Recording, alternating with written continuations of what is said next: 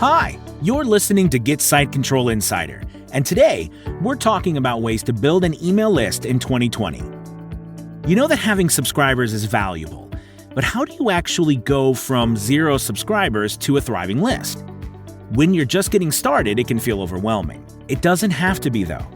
By following the tactics we're about to cover, you can start growing your email list and turning it into the evergreen asset that you know it can be.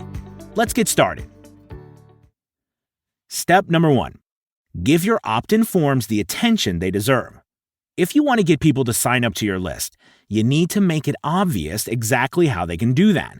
That's what your email opt-in forms do. I know, adding an opt-in form isn't exactly a mind-blowing tip, but you'd be surprised how many people ignore it and just tuck away an ugly subscribe form in the footer on their site.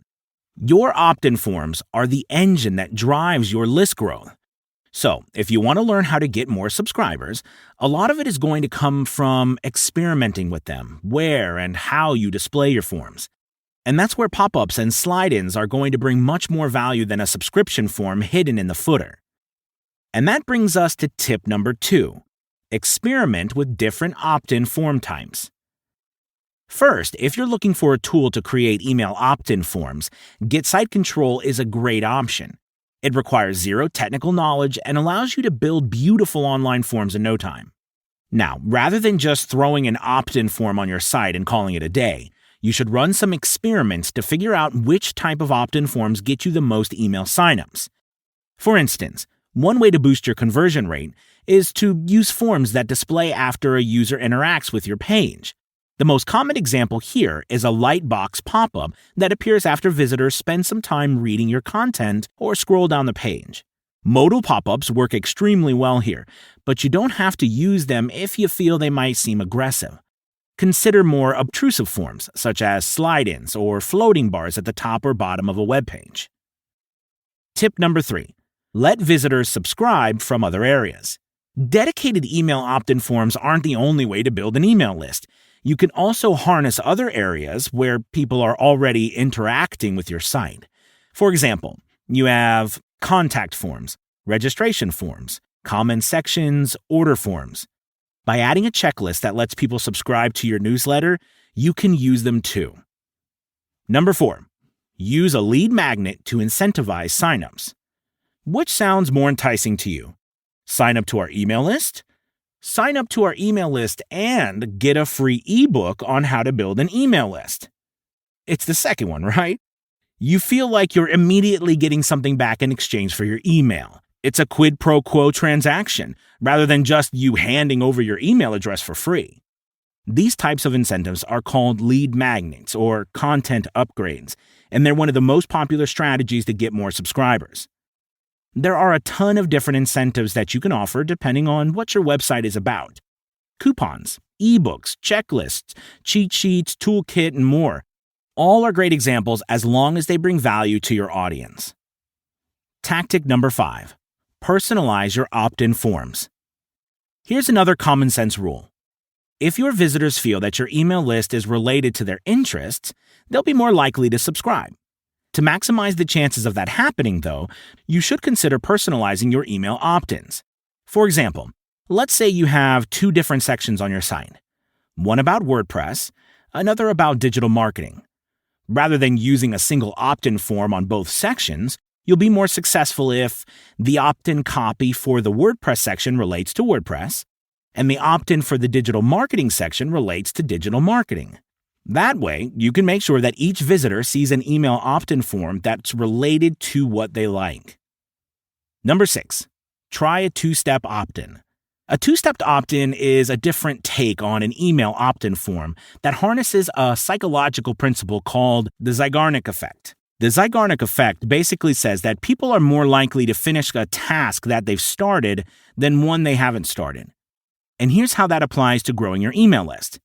With a 2-step opt-in, you do not display your form right away. Instead, you just show a button.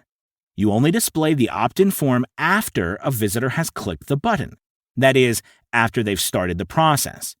You start with the easy thing, having them click a button, and then only move to the harder thing, filling in their email address and name, after you've already got them started on the process.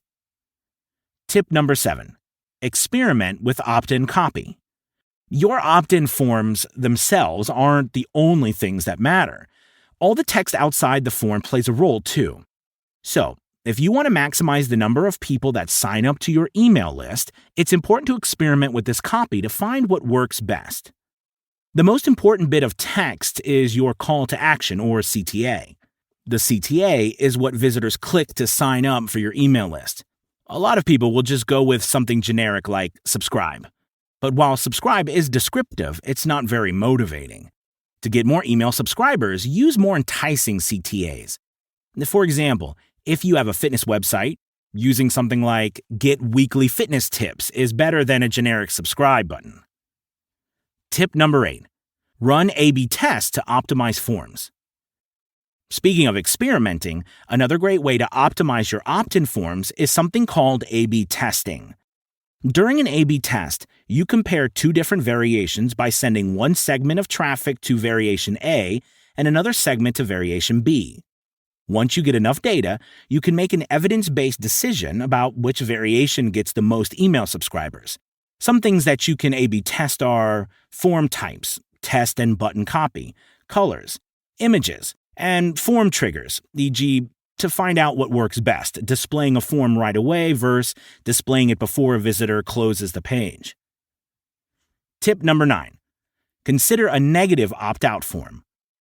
A negative opt-out form is another way that you can play with optimizing your list building strategy.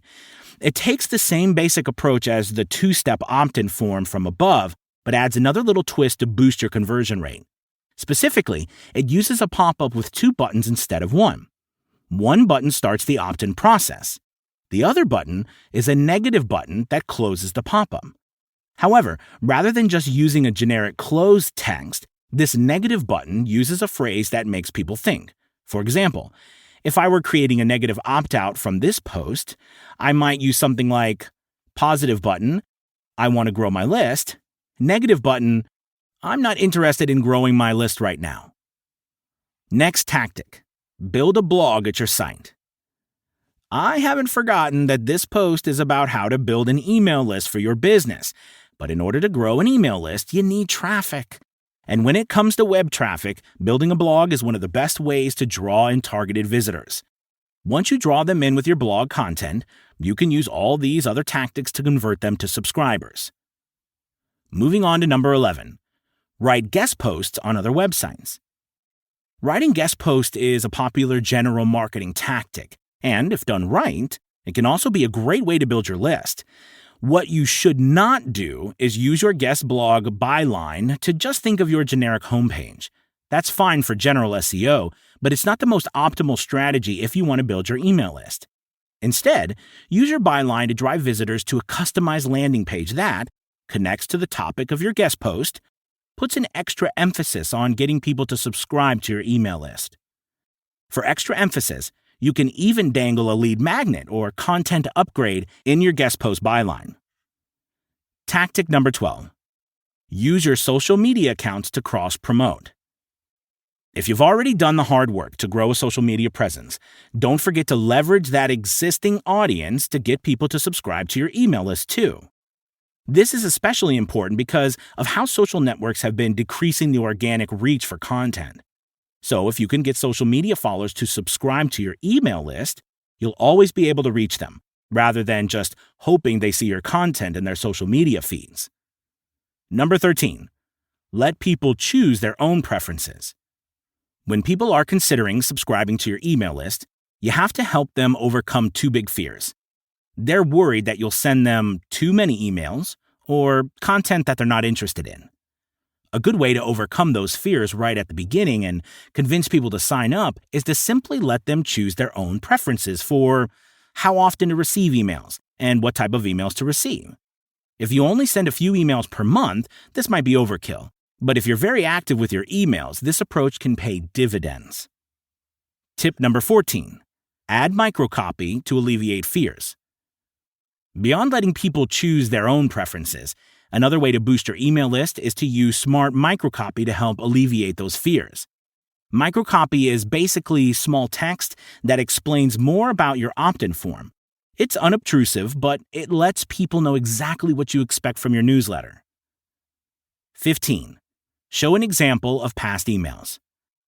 A third way to overcome people's fears is by showing them exactly what types of emails they'll receive. To accomplish this, you can create a public web archive or your most recent emails. Most email marketing services have a built-in feature that lets you do this. When your visitors know exactly what they're going to receive, they'll feel more comfortable sharing their email addresses with you. Number 16.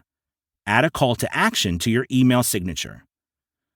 For another little boost, consider adding a newsletter sign-up CTA to your email signature to push people to sign up to your email list.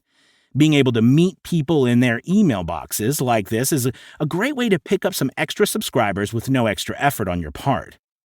Sure, it won't make or break your list-building efforts, but every little bit counts, right? Tip number 17. Add a forward this email option.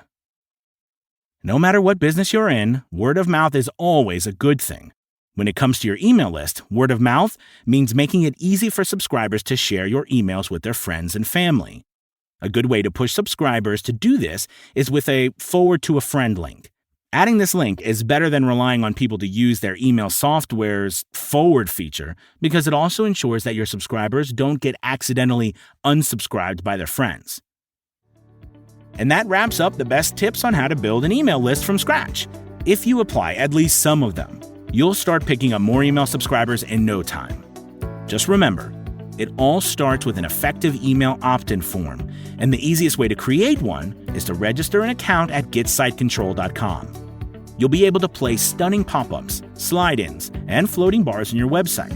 But most importantly, you'll be able to use various targeting settings and run A/B tests to optimize conversions. Start a free trial, and you should see the results by the end of the first week.